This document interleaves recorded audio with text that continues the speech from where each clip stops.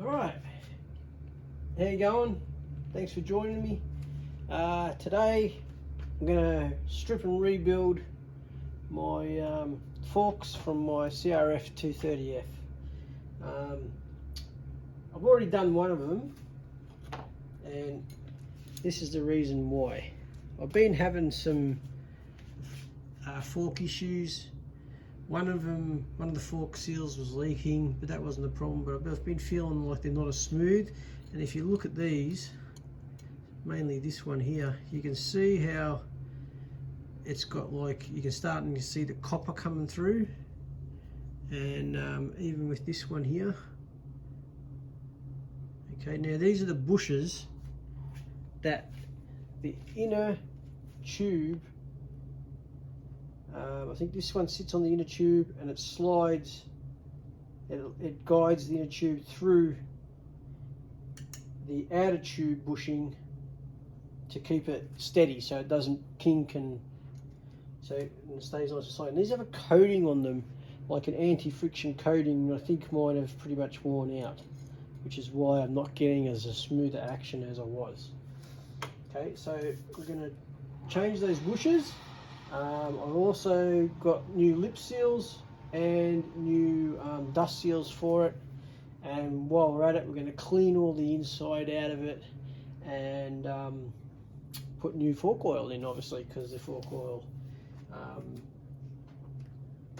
needs changing periodically as well. Actually, if you ride a lot, you should really change your fork oil at the least pretty much every time you change your engine oil, because your fork oil is working pretty much just as hard, and people don't realize that you change your fork oil and you'll notice a huge difference in smoothness and performance of your forks if you change your fork oil regularly. Yeah, I mean, every time you do your engine oil is probably a little excessive unless you're really hard on your suspension. But if you were racing, yeah, I'd do it. I used to do track days on a road bike, road track days, and I used to change my fork oil every third track day. I'd do the fork oil as well, and yeah, it just keeps your forks and your suspension feeling a lot better. Okay, so these are pretty basic. They're a standard fork. They're not the upside down type, so they're very easy, these to pull apart and to refurbish. So we just got to remove this clamp, which holds this, sort of keeps the dust and the mud out of from around the seal area as much as you can. Stuff still manages to get in there. How, I don't know, but yeah, mud and stuff still gets in there. But you know, it helps to keep it out. So we'll just loosen that off. Now, there's a little, this end sits in a little rubber groove, which we just got to get it out. It's not hard, just got to sort of push it until it comes out.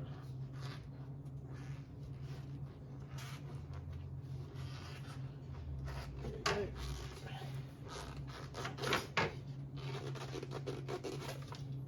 See all the mud in there? It's probably something else that should be done periodically, is actually take this boot off and clean that out. Now, these dust seals are reusable, but I have bought a new set because they've been on the bike for a long time. This is a 2005 model. I haven't owned the bike from new, but when I bought the bike, I had to replace the fork seals pretty much when I got it because they were already leaking, and I reuse these dust seals. But yeah, I've had it for, well, it's 2025 now, so the bike is pretty much 20 years old, and since I've had it, I've done a lot of riding with it. So I think the other one, when I took this off, you could not feel the seal tension on the fork tube, so I think it's time for some new ones. And these are just a matter of getting them in there. If you're going to reuse them, I'd be careful. These ones have a metal on the outside, which is probably great for reusing them, but The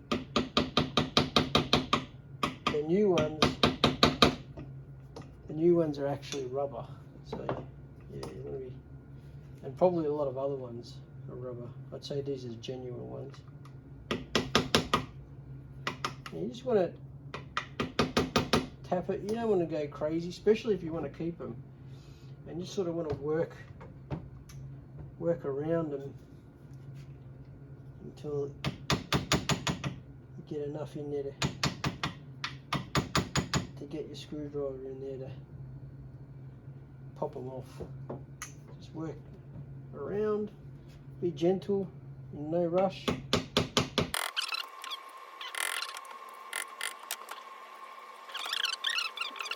Come out a little bit at a time, just sort of a little bit there, a little bit there, keep moving around it, and eventually they will come out. There we go. Okay. Now, yeah, see how it's quite wiggly. I think this one has had its day. So yeah, I've got the other one over there, and yeah, I think it's time to replace them. Okay, so now that you've got that out, I don't know if you can see in there, there's a little split ring that retains it. It's right around the outer, about here on the inside of the tube there. That needs to come out. So you want something fairly pointy. I like to use these O-ring pick tools. They work really well. You just sort of find, it is a split ring, so there's not a lot of tension on it, so just sort of get it in behind it, and it's wafered, so there is a gap in a section. I'll show you in a minute when I get it out. You will have to do both sides because they don't want to come out. They're not that hard to get out. They just sit in a recessed groove there, and just sort of try not to scratch it, the tube. All right, don't try and pull it off the tube. Take it over the top, because you don't want to scratch the finish on your fork tubes. Okay, so this is what I mean by it's wafered. So it's not just round, it has these I don't know, I suppose you call it a bent section of the tube. That's why it's wafered, and that section there is a great spot to get your little hook of your O-ring tool in behind it, so you can just pull it out of the groove. And the same on the other side. So that's your retaining clip. Sometimes you do get them with replacement seals, sometimes you don't, so don't throw them out. I didn't get them, so I will keep them and reuse them. And there's no problem with reusing them. Now that is removed, well,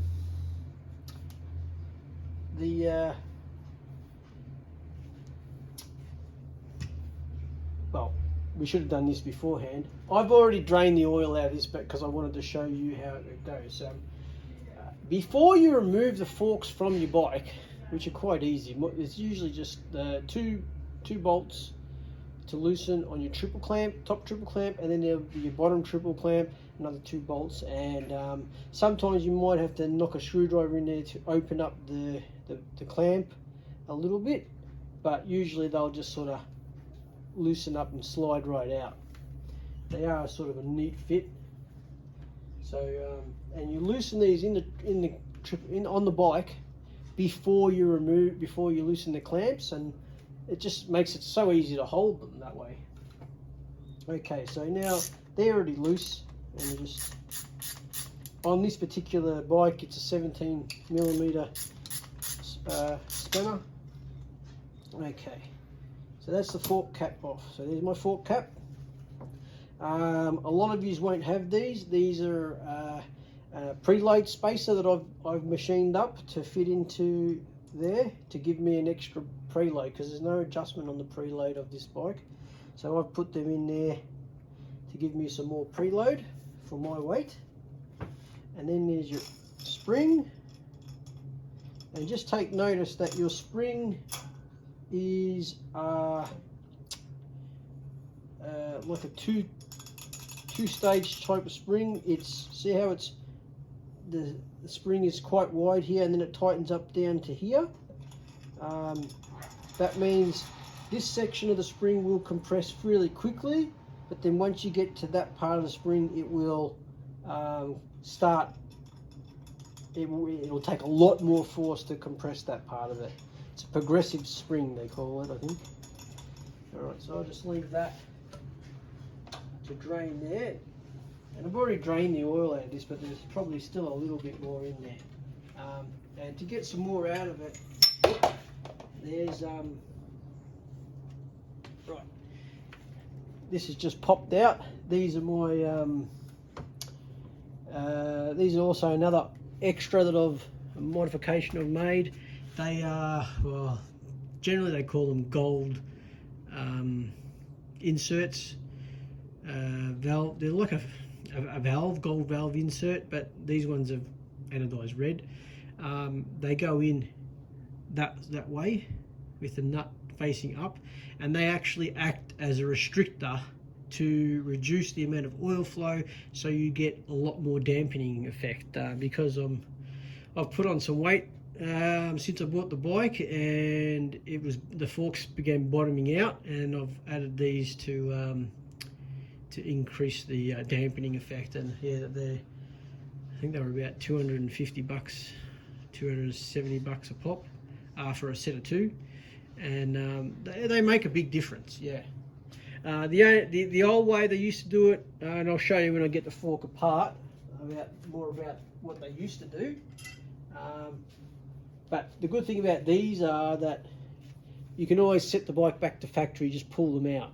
So, and they're so easy to install, you basically don't even have to remove your forks from the bike. You just put them in, remove your fork cap, remove your spring, and then drop them in, push your spring in behind it, make sure your spring seats firmly the way it's supposed to be, reinstall your fork cap, and that's it, you're done.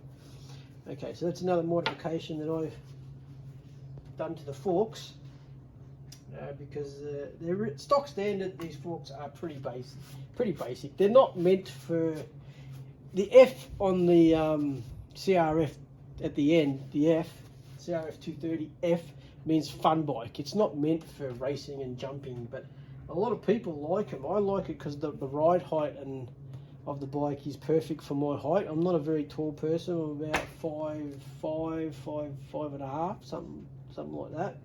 About 168 centimeters, something like that.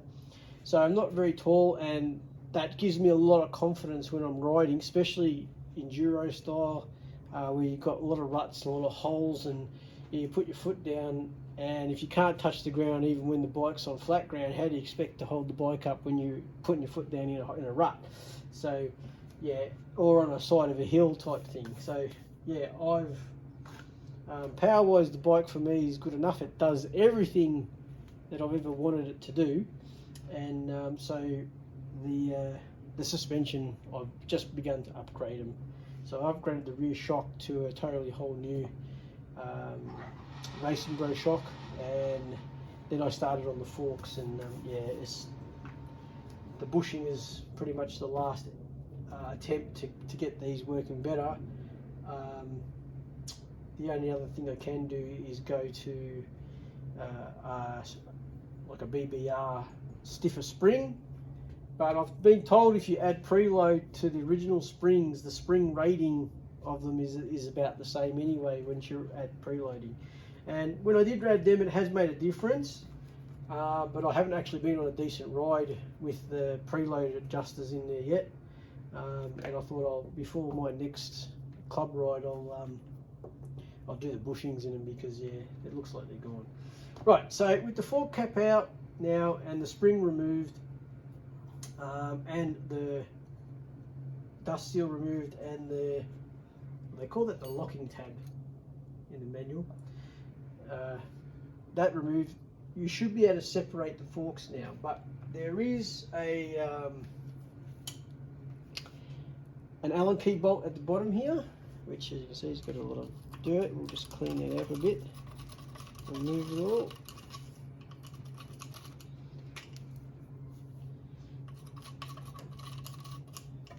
Get a bit of a wire brush in there and just give it a quick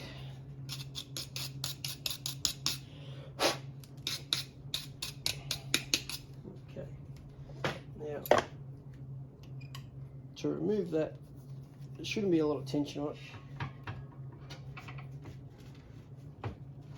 There we go. You're only supposed to have about 20 Newton meters on there, and I can see that this screws into the inner piston of the fork for the dampening piston, and now I can see it's spinning now. So there is a way to rectify that, but we have to put the fork spring back in. Probably should have done it before I pulled it out. So you put the fork spring back in, and I'll put my adjuster in there, just make sure that's all right. That gives a bit more tension. So we're putting the forks cap back on. You don't need to do it up super tight. So just do it up until it's nipped up. And that spring now is putting pressure on the inner dampening rod, I think they call it. So when I try and undo this now, it should undo rather than just spin the rod. And here it comes. Okay, and just be careful because there is a sealing washer under this, and you want to make sure it comes with it. And it's stuck there in the mud, so maybe this one doesn't have one.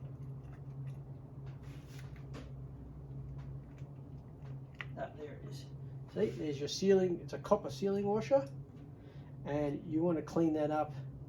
But they say to replace it, but I've reused it, and as long as it's not damaged and the face is, you know, looks pretty clean and flat, I'd say reuse it.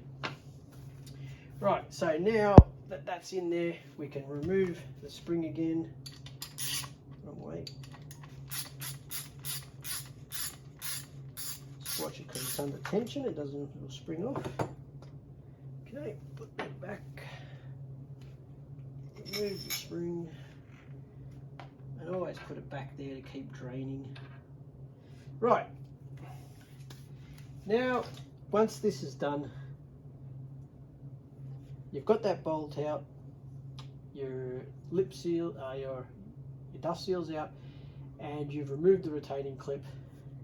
No oil in there. I usually leave them set upside down and for about half an hour to drain all the oil out. You will need to pump it out at the start to get out the excess, and then just let it drain because it creates like an oil lock in the piston, and until you pump it out and let air in there, the oil won't drain out properly. And when you do this, you'll probably get a mess. So now, because we want the bushing out, the way to get it apart is basically we just pull it, and it should pull the bushing and the seal and everything together. There we go. Okay. Now, so there we are. We have our lip seal. We have our bottom retainer.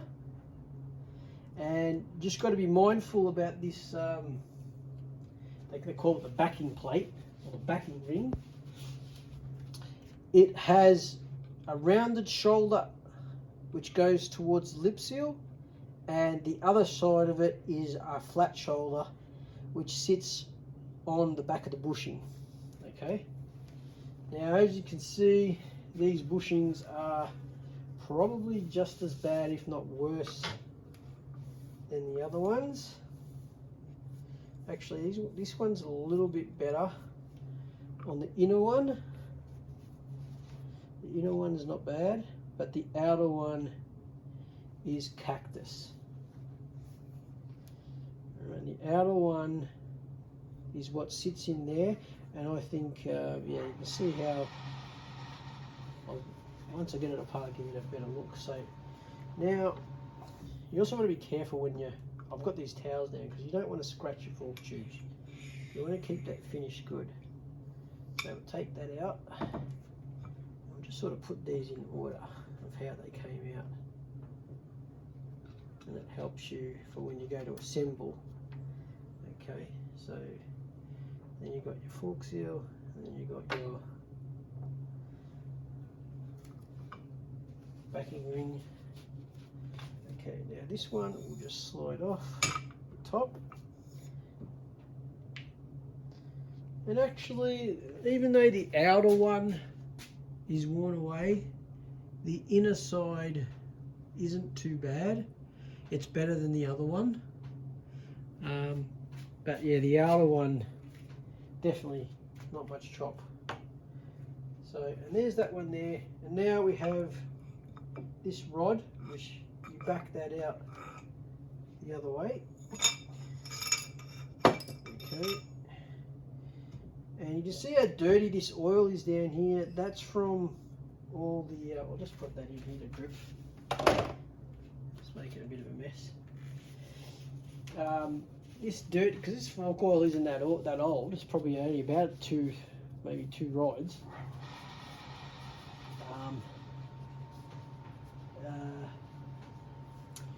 That's all the wearing of these bushes and, you know, just the metal to metal contact. That's what makes the oil dirty, because you can't really get dirt in there, but it gets dirty because of all the particles from things rubbing against each other inside. Probably because the bushes are worn, because they never used to come out this dirty. The first one I did came out dirty because, oh God, probably the original oil for all I know was in there.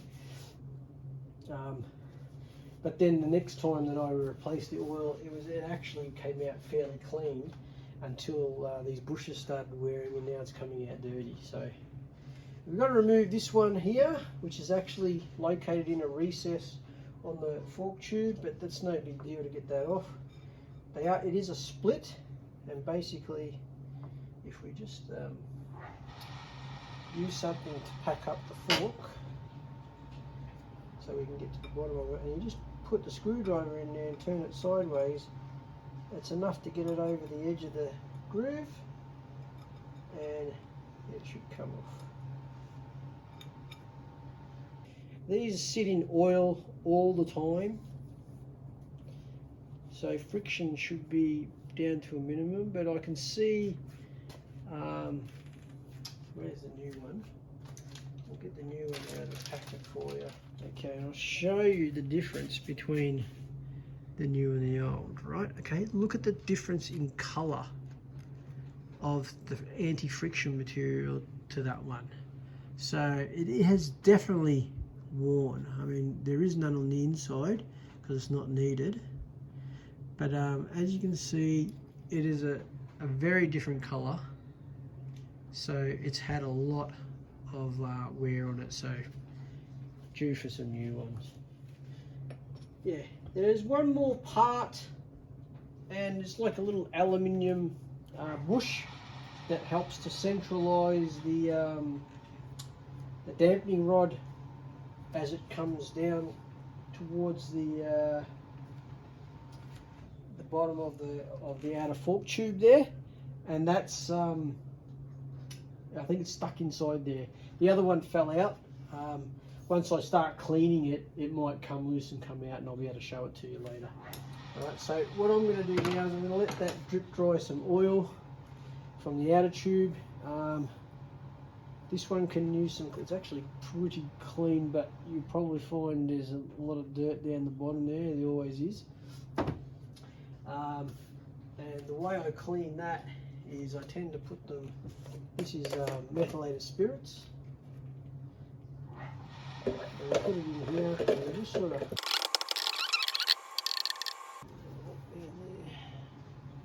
not too bad, but I can use some more. So what I'm going to do is I'm going to wipe this out. I'm going to pour the methylated spirits into here.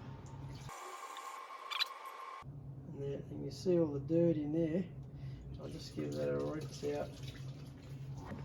So now I'll put the fork in there and we'll just pour this down and that'll leak out of there.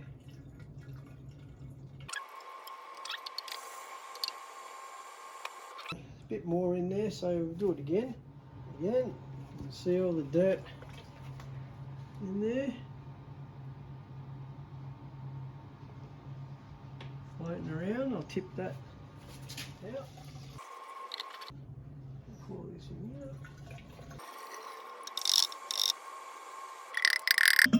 I can hear that it's started to loosen up in there now.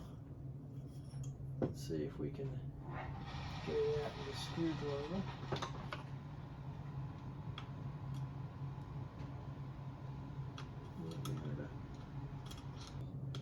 If not, we'll just leave it.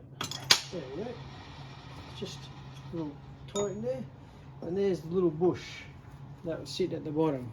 And that's where your piston slides into, and that centralizes it, so that then the bolt, that Allen bolt that I pulled out from the back of the bottom of the fork tube there, it actually goes through here and screws into your dampening rod, and that's what holds it in place. So we'll chuck that in there. And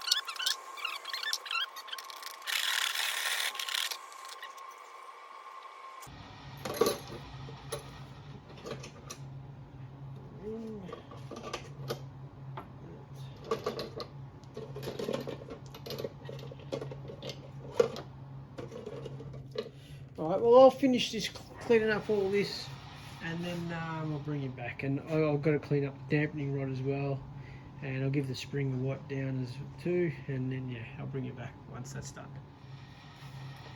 Alright, now I've given everything a good clean, inside and out. We're ready for assembly, okay? And the first thing we do is we have to sort of lay out our parts in the order they're going to go back together. But we do need to install a new bush on this inner tube there, and we'll find that one, which is this one here, I'm pretty sure. It's the smaller OD bush. Yep. Now you want to put a little bit of fork oil on there, just to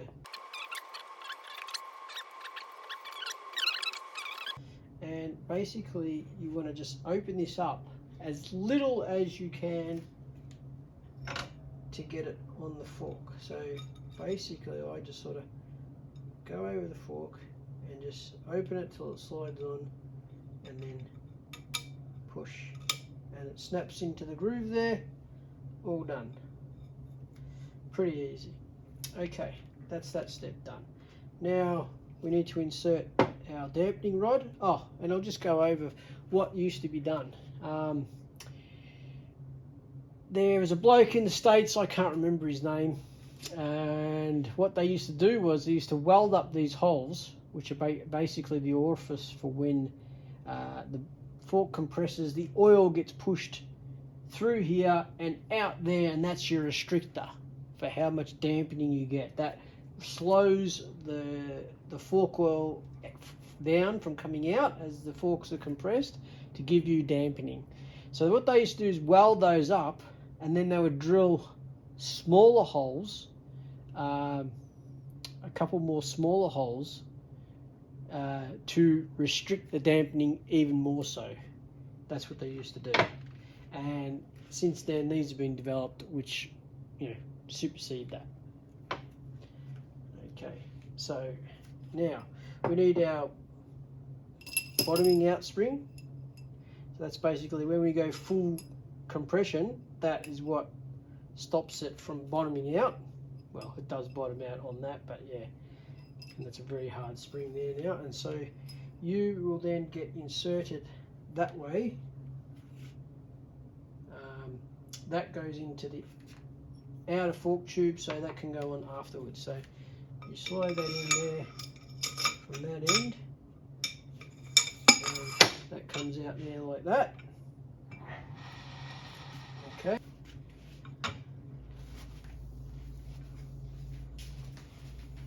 and install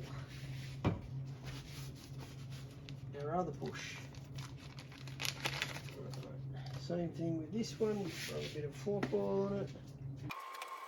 Right. And now that one slides over the top of that, hits the other fork oil. Then we put our backing ring with the sharp edge towards the bush and the rounded edge towards the lip seal. Okay. And now you can put that into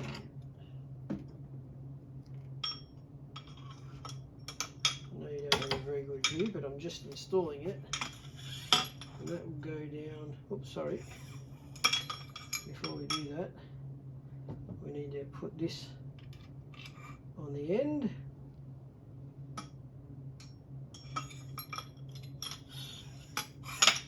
And that goes down like that. Okay. Now, at this point in time, I will reinstall the string.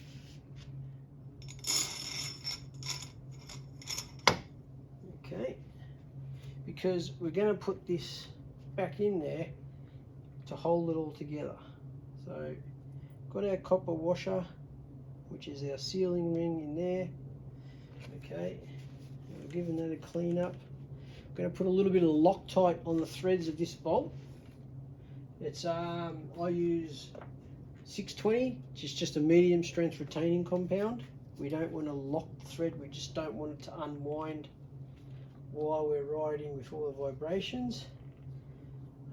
That's all clean on the bottom because we washed it. Right, so let that sit on there ready. Put our fork cap back on.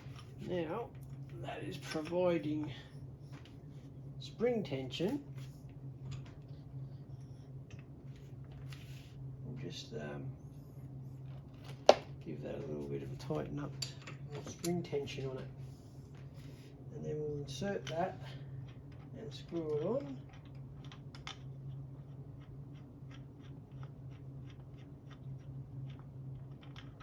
Come on, baby. Push down so we can get the thread in. That's it, threading in now. Okay, and we want 20 Newton meters.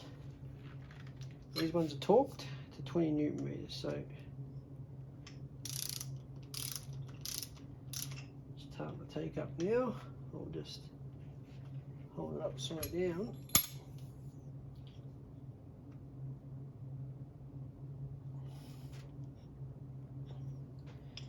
May need to put it on the table. Okay. There we go, 20 Newton meters. And now we can remove the spring. Now comes the fiddly part, is we need to drive the new seal into position. It states in the manual to put some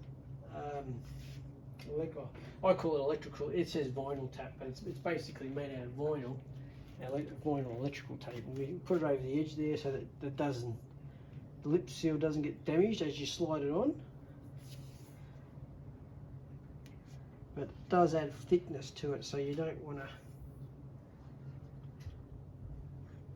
put too much on there. Just on the edge. I'll cut that off.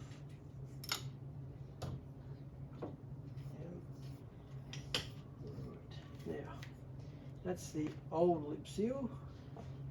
New ones are over here. There's some oil on the lip seal with our finger.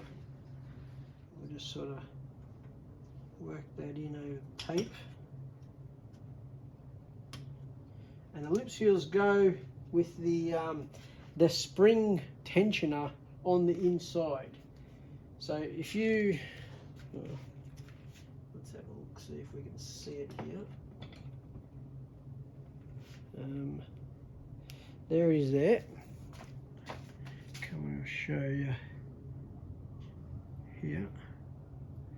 If you can see, see there's a little spring in there. See that spring?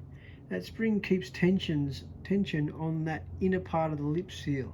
So that goes to the inside of the fork, and this side sits on the outside of the fork. Right, so we just push that down till we get to there. Now, you feel like that goes in easy, but it's got to go down a lot further than that. Basically wrapped electrical tape over the fork tube. I've got my little seal driver on there, and now I'm going to use this, and just in case I nick the fork tube, that's what the tape's there for, and that should drive it in.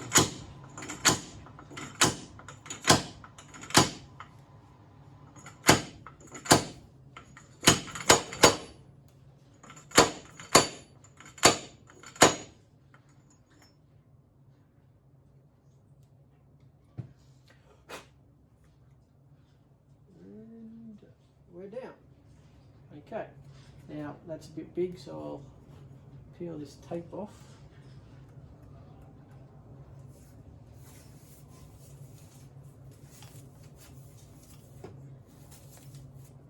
There you go. You can come off now. All right, give it a clean.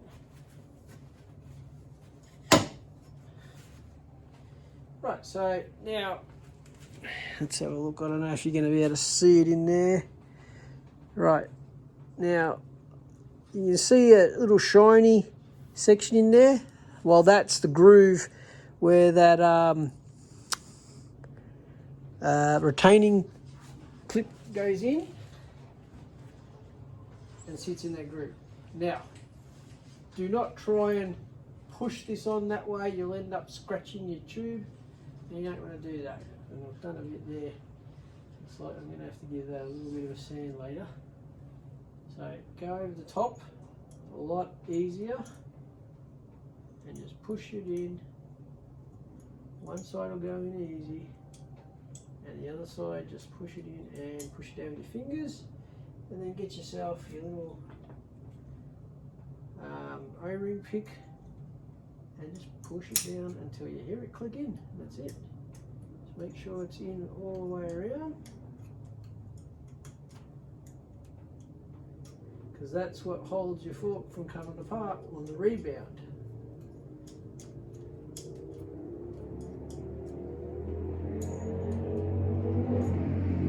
Make sure it's in the groove nicely. And we're in all the way around. Okay, we're in. Now, ready to install our dust seals. And that is the same thing. We don't want it over the edge there, so we will add a little bit of tape on the edge yet again. Now, these are aftermarket ones, and they say to put a little bit of this, it's like a long life oil sealant lubricant.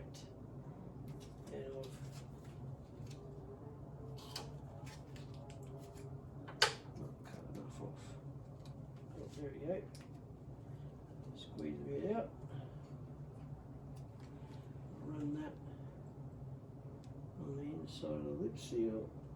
Sorry, the dust seal.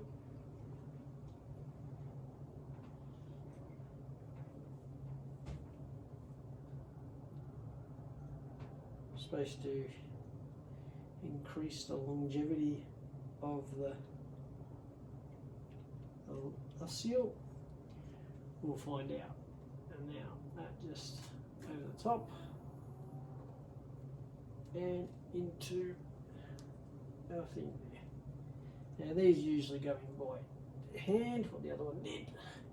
Now we just keep pushing them in like that until it's nice and even down all the way. And now, okay. Now you're pretty much done now. Right, we can take that tape off now. We don't need that there anymore. Okay, so now we are up to filling the fork with oil. Before I do that, I'm going to install my valve. These basically just slide in until they hit bottom. That's where they go.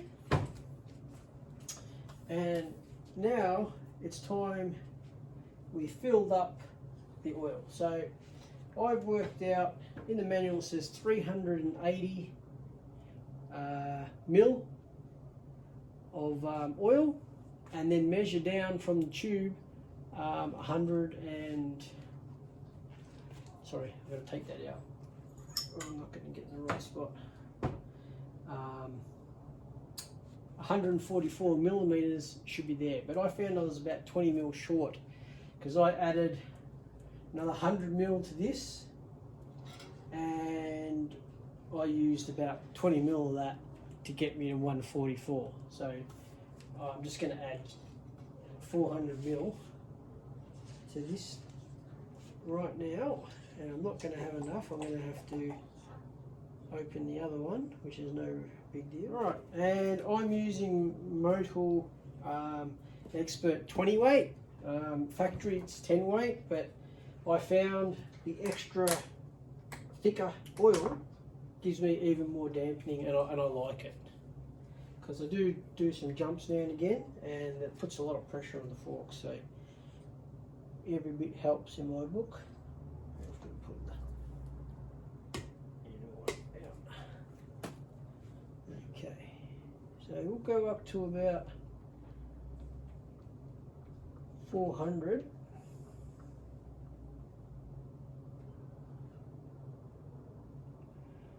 There we are there. And now we'll fill the tube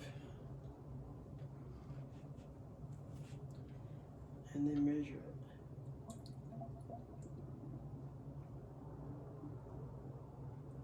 Now I won't tip it all in. I'm still going to need a lot more than that.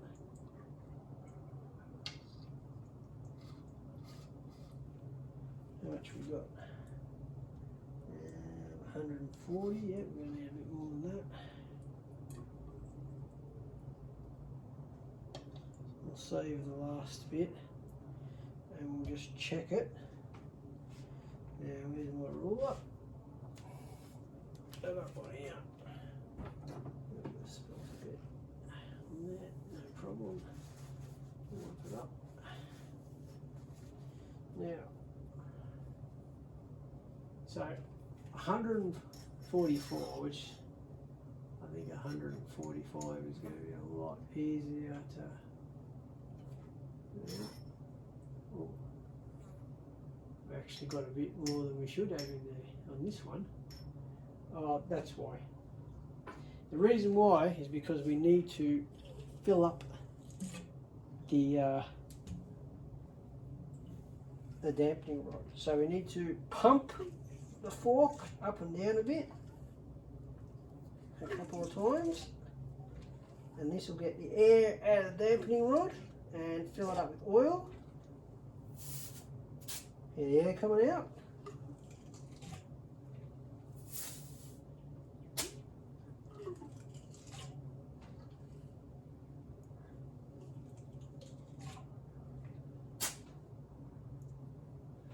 You want to do it about 3 or 4 times. Make sure you get all your air out. Okay, now we'll check it again, and I'm assuming we won't even touch oil this time. 45, and we haven't touched oil, so I'll add a bit more to it.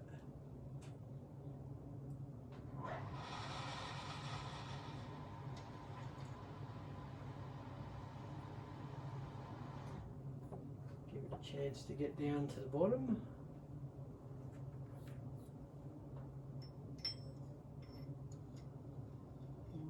$144, nothing.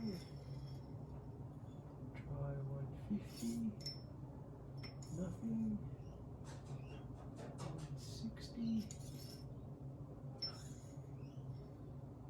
170. Right, we got it at 170. So we're going to need a little bit more oil.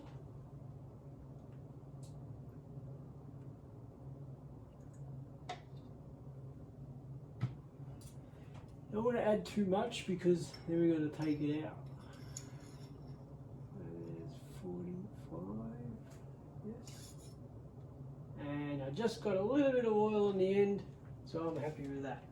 So now I can install my gap, my little valve guide, and again, bolt, the nut comes up, and they just sort of drop in, and that'll locate itself at the bottom there. And now we need our spring. We'll go in there, and we will need to extend the fork tube. Okay, now I'll put my preload spacer in there and fork cap, and have to push down and turn.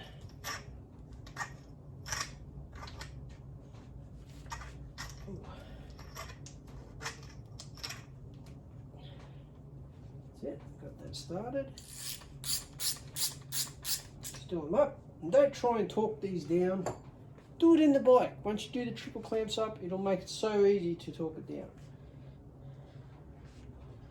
And that's pretty good.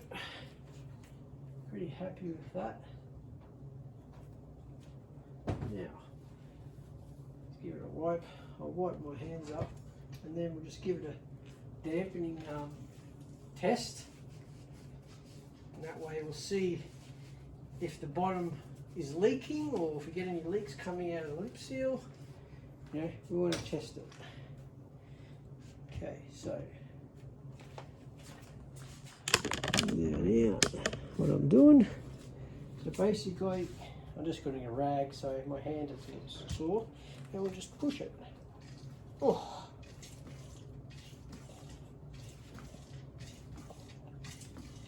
That feels really good. I can't even get it all the way to the bottom, so that's great. It's like the other one, so I'm really happy with that, and it feels really smooth. So the new bushes are doing their thing. Really nice. I like it. Now, I'm not seeing any leaks around there. I don't see any oil coming out of the bottom, so I think we're good. They're ready to go back into the bike. Alright, so we're ready to install the forks. I will mention though, just a little side note, I added preload spacers into my my fork tubes, and to add a bit more preload, and because I did that, that's taken up air space in the fork. So I forgot to mention that I subtracted 30mm per fork, because I worked out the area that those spacers were taking up, and it worked out to about 16mm, 16 mil. And because I also added the fork, those valves, what do you call it? Valve restrictors down the bottom of the actual forks. I added an extra, so from 16mm I added another 15mm, because they were very similar size, and I rounded it up to 30mm I've removed from the fork fluid, because when the forks compress, that air gap is what allows the fluid to move up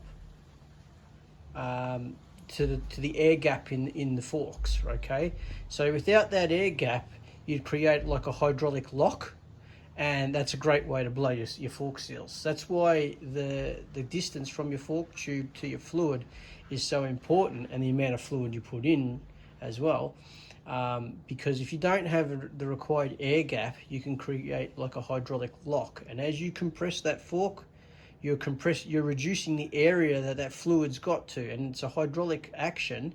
it's going to take the easiest way out, which is through your lip seals. So it's going to blow your fork seals, and once they're blown, they usually keep leaking. Okay, so you're better off getting it right the first time. All right, so I removed 30 mil from each fork to compensate for the extra mass I've installed inside the fork tube. Okay, so now we're going to install the forks. I know from removal, and you can see it here, this is the brake cable, so I know the fork that goes on that side is the one that's got the bracket for the fork. Okay, so these are your triple clamps, and it's a good idea to put your finger in there and just sort of, you don't have to lubricate them because they don't slide up and down, but if you're worried about scratching your fork tubes, you can put a lick of oil in there, but it is a nice, usually sliding fit in there. So, and if it's too tight, you can actually wedge a screwdriver in here just to open that up. You don't want to slam it in there because you don't want to break that. Okay, but usually just relieving the pressure is enough to get it to slide in. So here we go, we'll slide it in. And if it's tight, it's usually because the angle. I mean, you can see how that's just nicely sliding up there. Just got to give it a wiggle. And if you're in alignment, which they usually are. Now, how high to go? That's something that you would measure before you removed your fork tube. I'll just check to see that you can see that there, and we'll zoom in to give you an idea.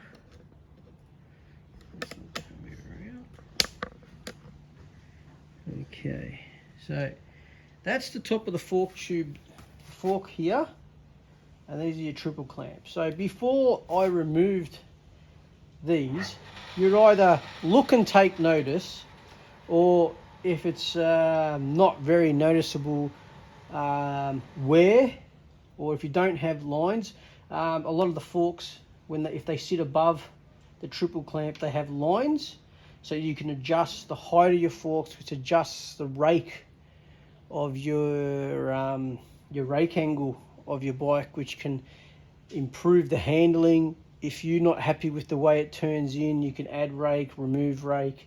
Some of them are adjustable like that. Mine really aren't.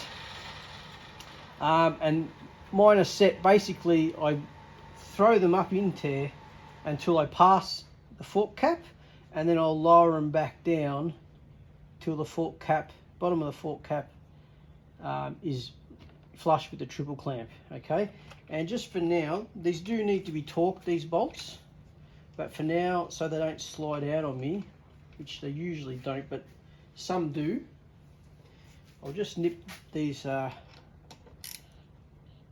bottom triple clamp bolts up, just nip them up to give me a bit of grip. Don't go crazy, because you don't want to go past the torque value, that's pretty tight there now, and we'll give the top ones a little bit of a nip up as well. And I forgot to zoom the camera out, I'll do that now. There's your bottom pinch bolts for your bottom triple clamp, and I've just done them up till they sort of make contact with a little bit of tension. And you do the same with the top one. Mine are actually bolts. Majority of them are usually Allen key bolts. This is a very old design on the bike. Most of them will have Allen key bolts. Just give it a little nip up. Okay, right, and that's done. And I'll just install the other one. That's the same. I know from removal that this has to stick out for the axle, because they're the pinch bolts for the tightening up the axle. And I'll just slide this in, much the same. It should just, once you get the alignment parallel with the bore, it just slides in. go up past the force cap, and then just come down till the fork cap is level or flush with the triple clamp. That's on this bike. Like I said, your bike, if it's a different bike, may have lines that you can count. If it doesn't have lines, just measure with a ruler and measure the height, and then record that height so that's you go back to it. Okay, those are done. Right, so now we have to give ourselves, we'll torque these up. These bottom ones are 32 Newton meters, and the top ones are 27. Why they're different, I don't know. Maybe because they don't want too much clamping at the top here, near the end of the tube. Because remember, this is a tube, and if you put too much force in there, you're going to crush the tube. So that's why it's important to set these to the torque value so you get them tight enough, but you don't go too tight, because it is a tube, and the more pressure you put on there, you're going to squash it.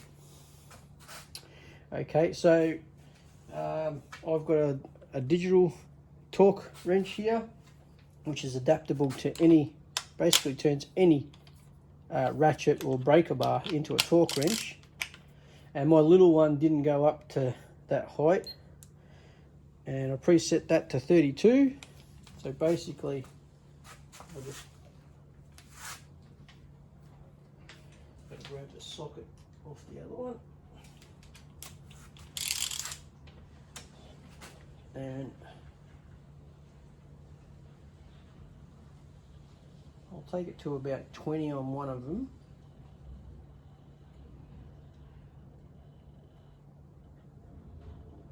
There we go, that's 20. And then we'll do the other one up. That's 20. Because as you tighten one, the other one will get loose as well. So you really need, so we'll go to about 30 on this one.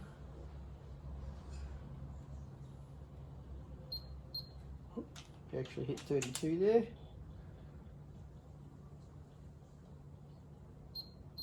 Oh no, that's getting close to it. It'll get a, should give a solid tone when we're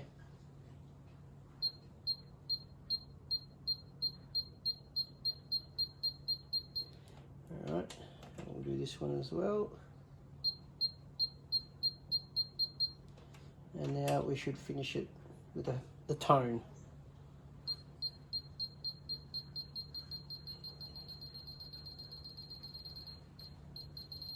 There we go, we hit it.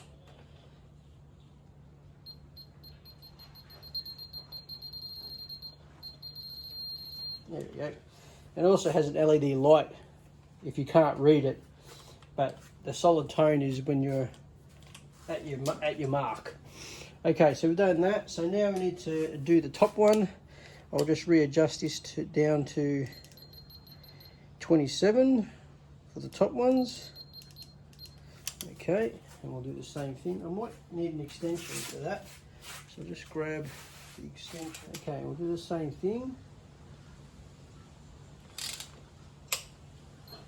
Alright, just started beeping, and we'll go to the next one. So, really move this out of the way.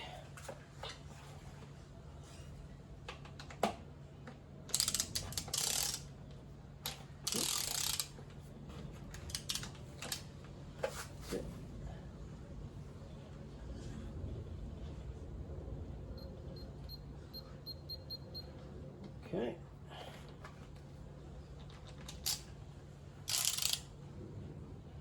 Now, add some more to the bottom one.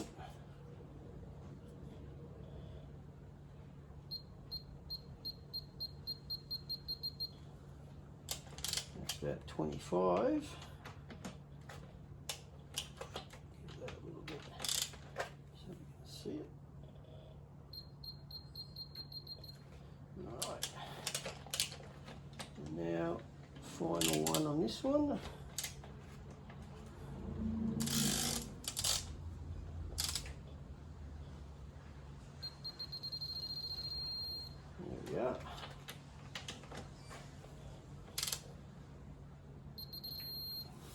there we go.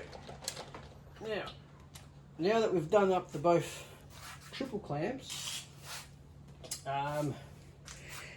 we also have to, now that we've got these two tight in there and they're torqued up, we need to torque up the fork cap as well. And if you don't have a torque wrench, I mean, it's probably a good investment if you're going to start doing your own stuff to go buy one. But if you need it today because you're going to ride tomorrow, I'd do these up till they were firm. Don't reef on them, okay, because you will squash them. So you just want them firm. If you use a ring spanner and just push on the ring spanner at the end and with one hand, and don't put your shoulder over it, just push down on it until it stops. Or if you've got an Allen key, go down on it until the point where you see the Allen key start to bend. Once it bends, you're very close to the torque setting for the size of the bolt you're doing. And that's the best I can offer you if you don't have a torque wrench, okay? Because you don't want to over tighten these. And the same with the fork caps. These are a 17mm. And if I didn't have a torque wrench, and actually I think I'm going to struggle to get one in there, to tell you the truth, because of the handlebars and the padding and all that. So these, these aren't going to just back out on their own.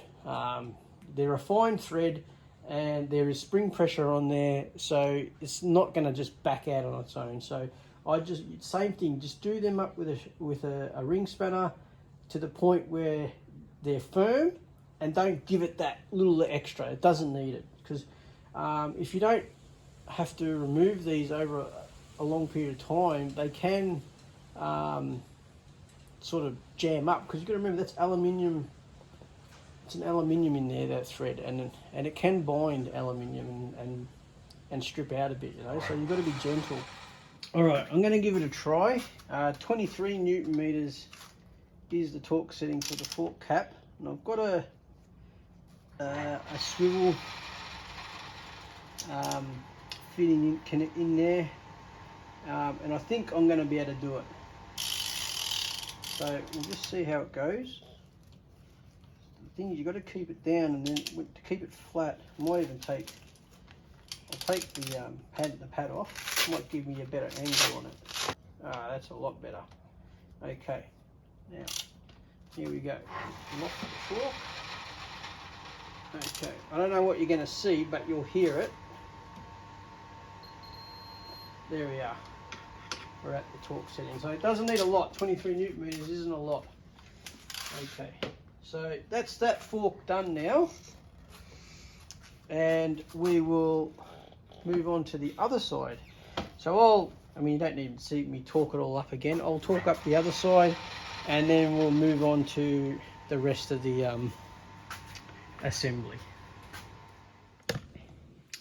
Alright, so now if the fork's all installed, now is a good time to fit. Now is a good time to fit the front wheel. And what I like to do is, because you have spacers, there's my spacer there.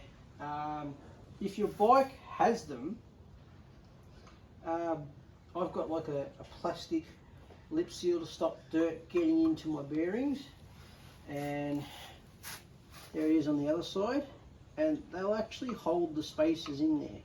So I'll put the spacers in there so that I know where they came from, because if your spacers are very similar in width, you can get them mixed up.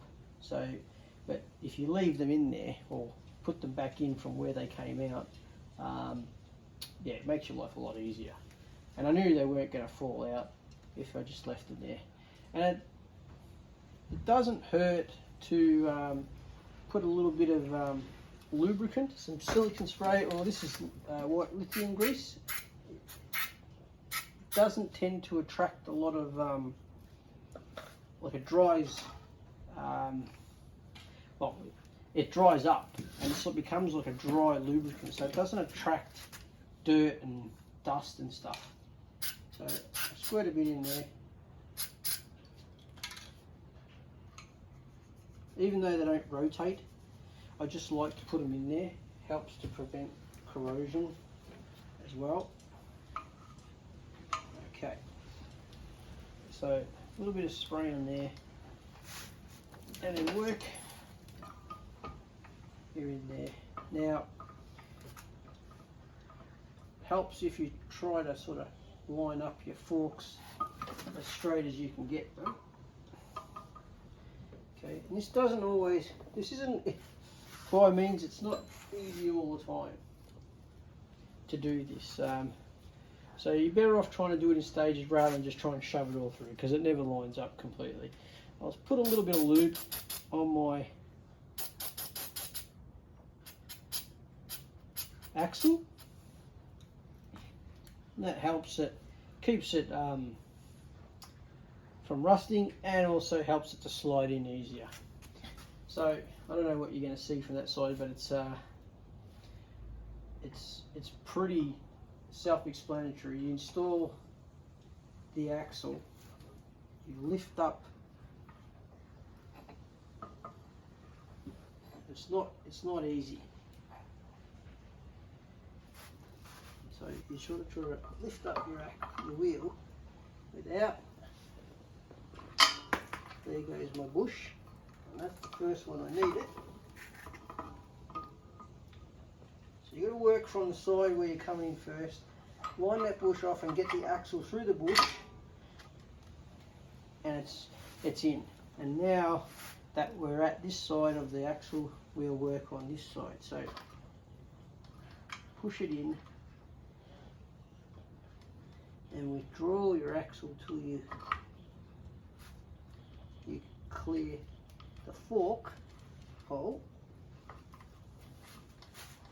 and as you hold it and line it up, wiggle and push it in. Hopefully you can see now. Yeah, my pinch bolts here were a bit tight. Could have been just the way I pushed the axle in, it was a little misaligned, and that's why it didn't go in, but I've pushed it in now and it's actually starting on the thread. So I can thread that in. If I can find my spanner. Yeah.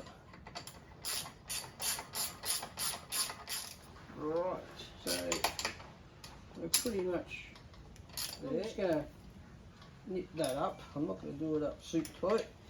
And I'm not going to do these bolts up yet, because the way the forks are set up, the axle on this side right now is free floating. It's threaded into this part of the axle. There's no nut on the outside. Some of them have a nut. Right, these are set up so this is threaded, so the axle end threads into here, and the other side has like a clamp, and when you do these clamps up, the forks, well, this clamps onto the axle, so the forks can't move in and out. But what we need to do is, because I've pushed that in and I've tightened that up, I could have dragged that fork in, so that fork might not be in nice alignment with itself. Okay, this one should be okay, but then again it could have pulled that one in if this side gripped. So we don't know where we are, and there's no way to check it at the moment. So what we do is we leave these pinch bolts undone, and after I get the caliper on, I will bounce the forks by holding the front brake and bounce the forks, and that will make these push out and let them settle where they want to be, which is usually straight. Okay, so we'll bounce the forks, that will settle them out, and then after we've bounced them, then we will torque these up. I think they're only something like 10 Newton meters, maybe 15 at the most. I'll look it up anyway, but yeah, there's not a lot of torque on them because you've got 4 bolts. There's a fair bit of clamping force there. So after you bounce them, it'll settle the forks and they'll go where they want to go on the axle, and then we'll just tighten them up, and you should be good to go after that. But we'll fix the fit the caliper. because we need our brakes. And I don't know about you, probably most motocross blokes, even most road bikes, they favour the rear brake. A lot of people are actually scared of the front brake when they ride bikes because they read a lot of terrible stories about locking up the front and you know, the front brakes are dangerous. But if you look at the design of motorcycles, the front brake is the most powerful brake. And the reason why it's the most powerful brake is because when you do brake, what happens is all the braking force, all the weight of the bike and you shifts to the front of the bike.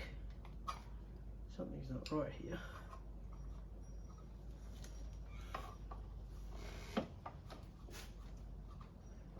Might have to push that back in a bit.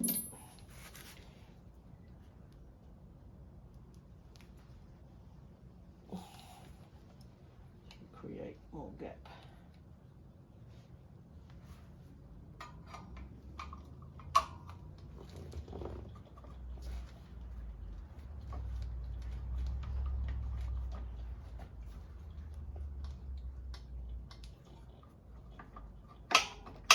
There we go. Okay, yeah, so when you brake, even when you use the rear brake on a bike, all the bike's weight and your weight, they shift to the front. So if you're braking with the rear brake, the weight of the bike is going to the front and it's taking weight off the back wheel.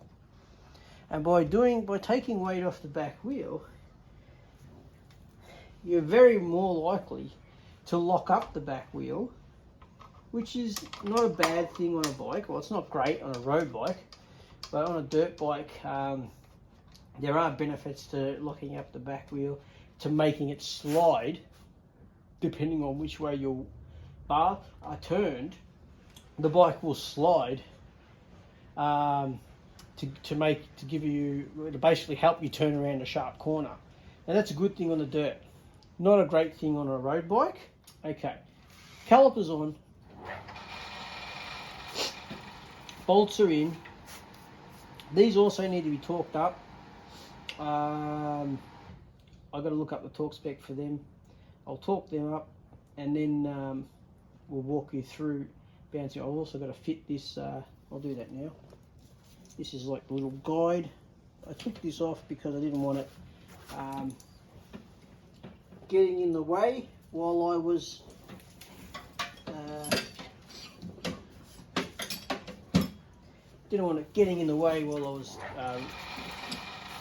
working on the forks. So that's basically another clamp, and that clamps around onto there like that. There we go.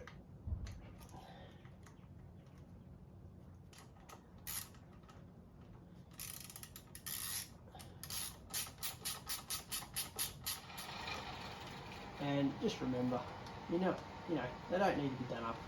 Wife know tomorrow, and I don't really have a lot of leverage on this, so just one hand till you can't do any further, and that's pretty much the 10mm bolt.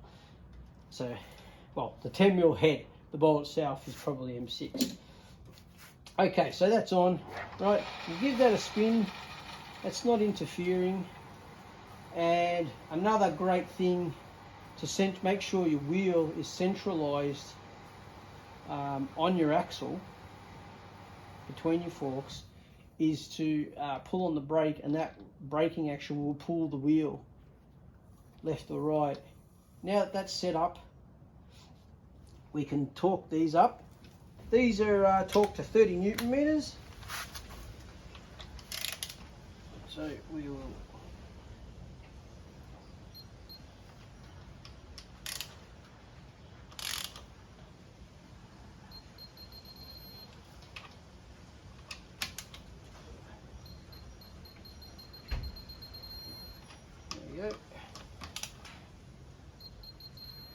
you go, 30 Newton meters, done. Right? Give that a spin, pull in the brake, give it another spin, pull in the brake, and that feels really nice. Okay, so now I'm going to torque up the axle, and then I'll bounce the forks, and we'll do the axle clamp. Right, 74 Newton meters for this one. So I've just done it up by hand. Okay.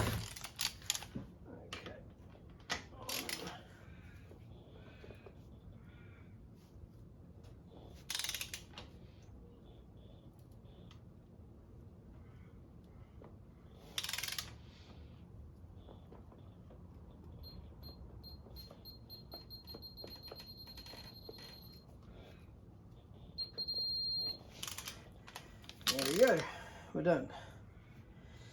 Okay, and these ones are going to be 12 Newton meters, so I'll just preset this for that. I need to bounce the forks, which will centralize everything. Our brake is really nice.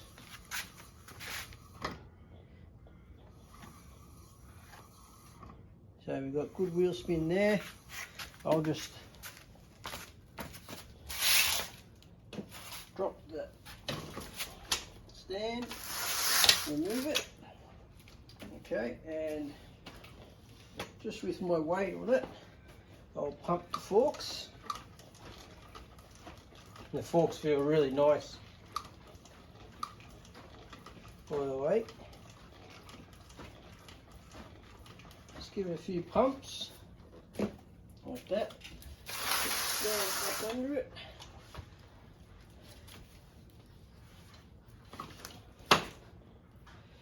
Okay, and now if I can find setup, we'll do these up. Now you do these in a crisscross pattern, so that's set to 12, and we'll do these up.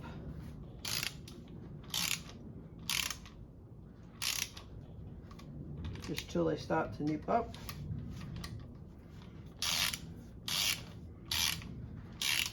I mean, this isn't, you could probably go different, but I just go until I get some tension on them, and then I move on to the next one. Whether that's the right way or not, I don't know. Whoa, listen to that thunder.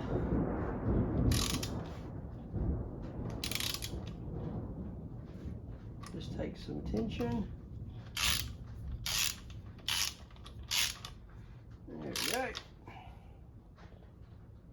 Okay, that's it. Now I'm going to start back here because I just finished up there.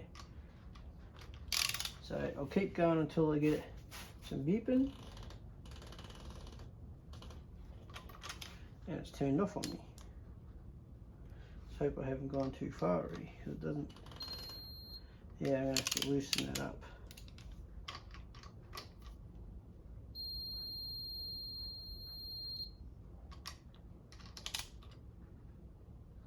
Okay, now we'll try again.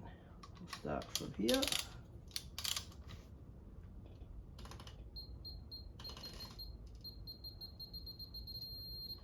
And then we'll go to there.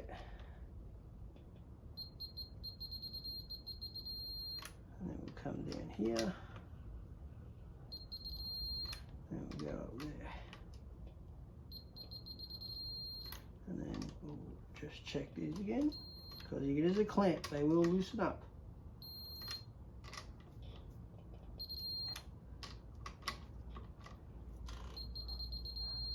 And there we go. Give your wheel a spin.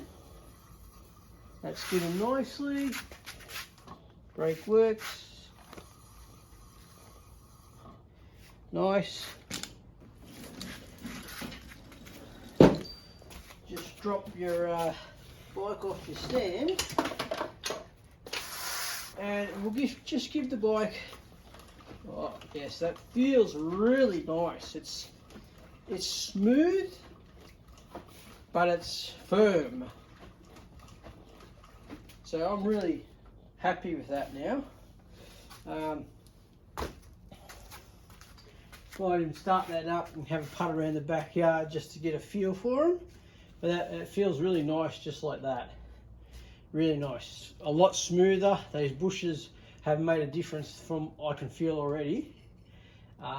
Yeah, and I haven't ridden this with the preloading spacers in yet either. I have ridden it with the valve restrictors, but that made a difference. But now I've got the preload in there.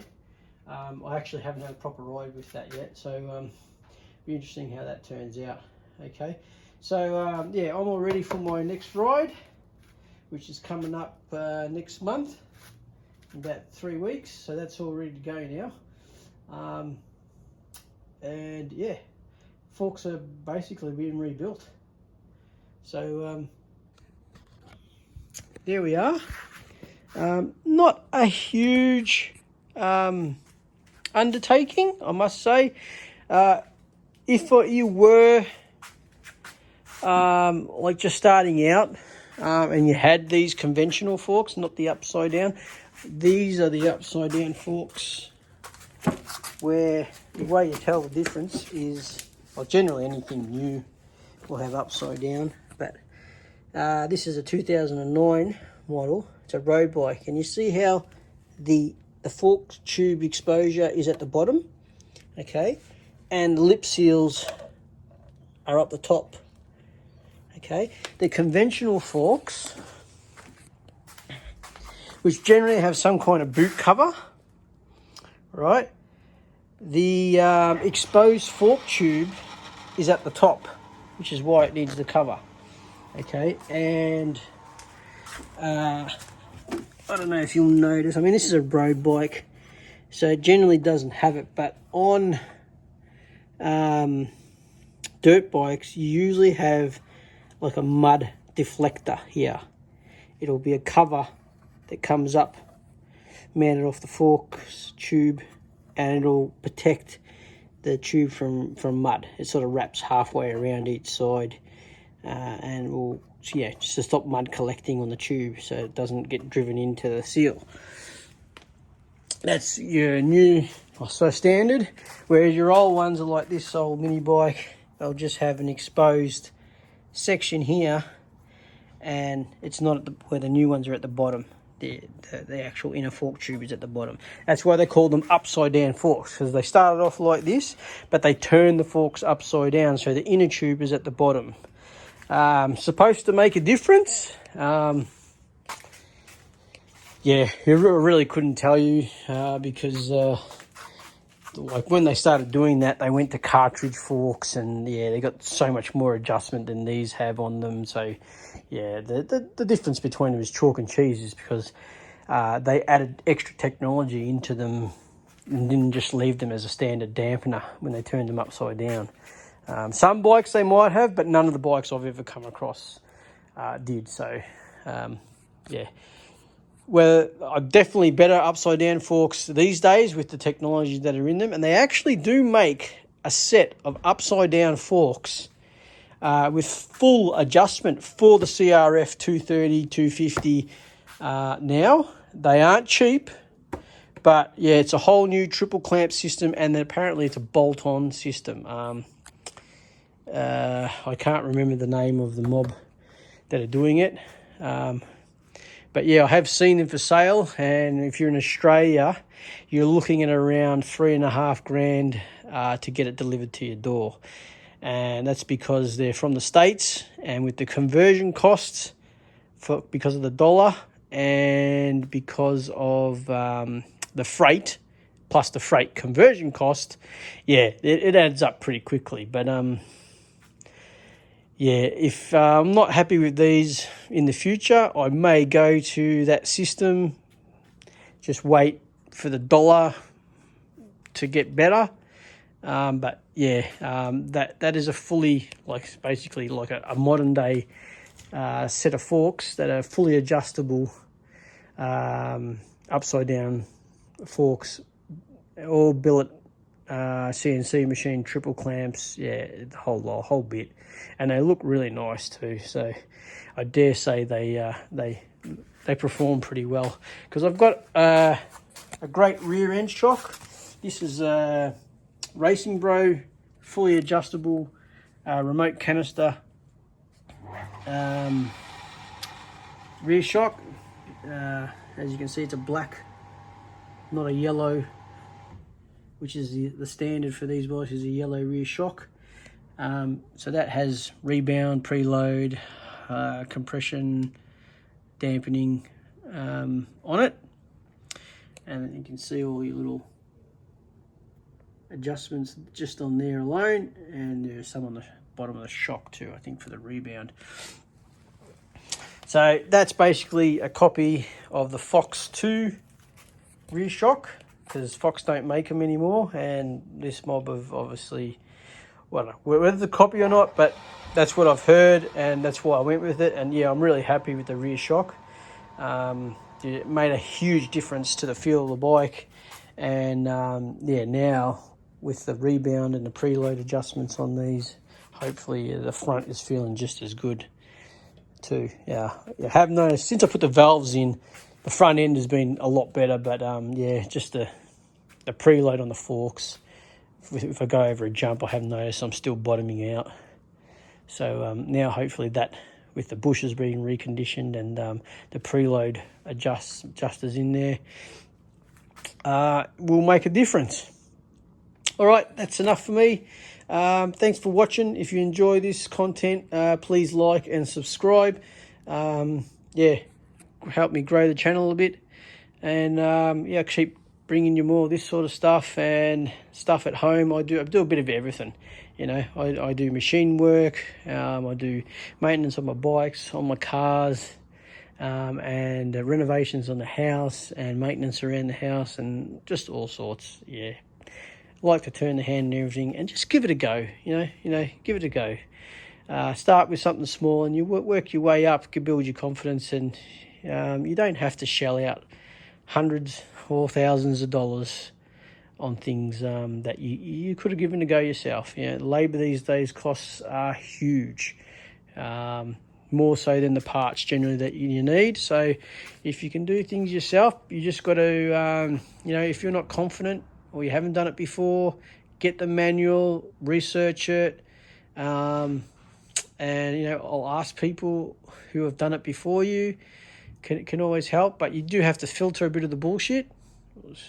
So be aware of that. But yeah, you know, generally when you take something apart, if you go slowly, give yourself plenty of time, and you know, put your phone away and don't listen, so you're not interrupted.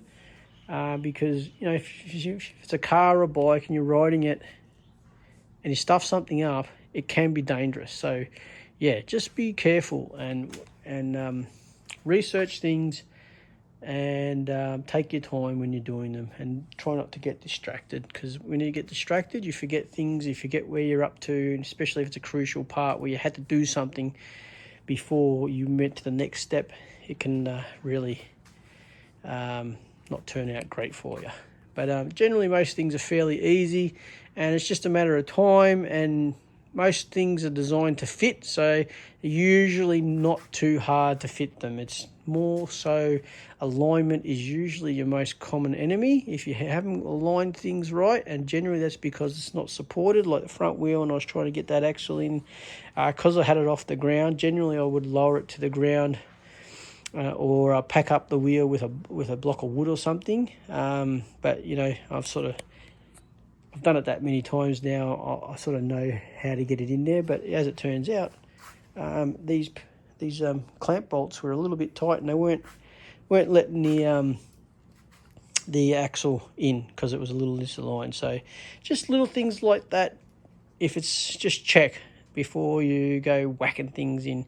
I gave it a bit of a tap and it didn't want to go in, so I thought there's something else going on here, because it came out fairly easy, so it should go in fairly easy. Yeah, but you know, most things are pretty simple, and yeah, you can give them a go. It's not too hard, and just ask ask around. Most people will give you some info if they've done it before, and YouTube can be a huge resource, but don't just stick to the one person. You know, try and find multiple videos on what you're trying to do, and usually you can sort out the BS in between it all by watching a few of them, you know, or more. All right, guys, catch you later, and yeah, have a go. See you later.